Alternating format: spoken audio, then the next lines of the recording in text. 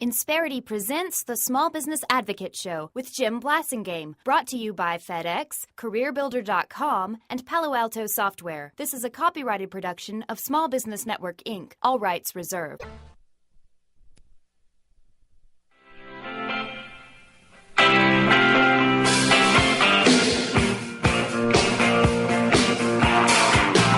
A little bit of the Stones bringing us back. 17 till. Thanks for hanging out with me. I'm Jim Blasingame. I am the Small Business Advocate, and that's my website, smallbusinessadvocate.com. Please go there and listen to the podcasts, read the articles, watch the videos, take the poll question. We ask you a different question every week. We want to know what you think. When you click your answer, by the way, you'll see how the poll's going so far. And then, of course, you can subscribe to my newsletter where you'll find out before everybody else what we've been up to, what our new stuff is, and who's going to be on the show the coming week. So check all that out at smallbusinessadvocate.com. A 15-year-old website. We've been doing this for 15 years. This month, week after next, is the 15th anniversary of our show. So looking forward to that. Bob Prosen is our guest. He's the president and CEO of Prosen Center for Business Advancement, the author of KISS Theory Goodbye. We're talking about the dynamic that we have going on right now between prospective employers and prospective employees. Bob, help us out. What else do we need to know? Well, Jim, you and I both, we're all about helping your listeners do better in life. And the thing that I want to offer people right now, and I want everybody just to write this down, you need to figure out how to convert your skills into problem-solving capabilities. And I want you to go to mycareeraccelerator.com and download a free skills and expertise template. Go do this. It's free. mycareeraccelerator.com. Download it. Start positioning yourself or a friend that you know who needs work. Start positioning yourself in front of employers that Jim and I are saying need your help.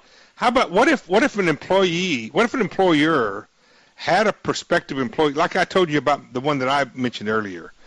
What would be wrong with realizing that I've got somebody sitting in front of me that's probably a good person?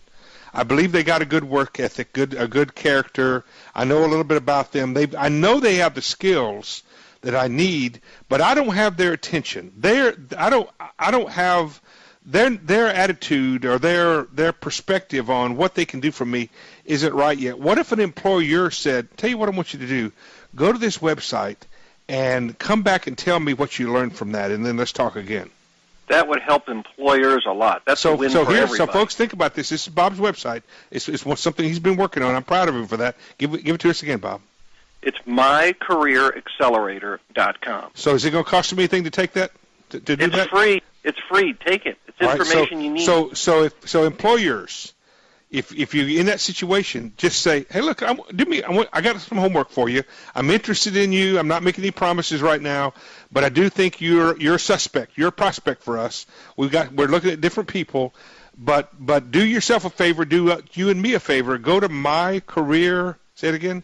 Accelerator.com. And go there and take that, do what it says there, and then come back and let's talk about that. Looks to me like that'd be a good plan. Jim, it's really good. I'm in front of tons and tons of business leaders, so I showed them this the other day when I was out traveling. They loved it. They said if employees who want jobs would position themselves this way, they would get hired. Isn't that a powerful statement? Yeah, absolutely. But of course they've got to have, something else that I'd like to say to people who are unemployed. Over the years, whenever I have left a company for whatever reason, almost all the time of my own free will, I sat down and would dust off my resume again, right?